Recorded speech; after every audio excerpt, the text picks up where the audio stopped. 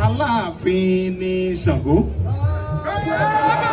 Sango ni Alaafin. Tàwa ní òní pé báwo ni títí Alaafin ṣe jẹ́.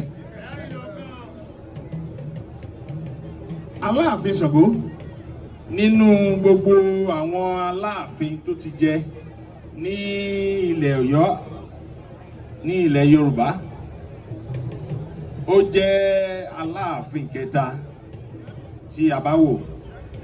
Ọ̀rànmíyàn ni Aláàfin àkọ́kọ́ tó dẹ̀ jẹ́ pé Dàda Àjùwọ̀n ni Aláàfin Àjàká tó jẹ́ Aláàfin ẹ̀kejì tó tó di pé ó kan Ṣàngó.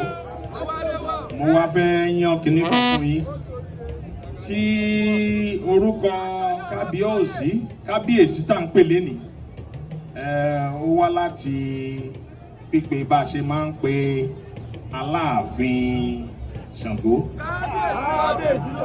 Aláàfin Ṣàngó jẹ́ ẹni takuntakun jagunjagun ni Aláàfin Ṣàngó jẹ́ tó dẹ̀ jẹ́ pé ó sa gbogbo ipá láti rí pé ogun ò wọ ìlú Ọ̀yọ́.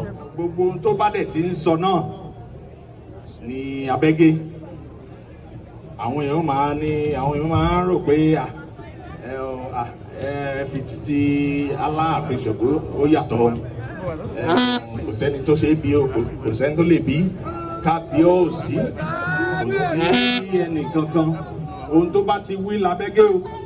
Kò sí ẹnìkan tó lè ní pé bákan ni ti tòun ṣe jẹ́ tó lè fọwọ́ la idà Kábíyèsí Ṣàngó.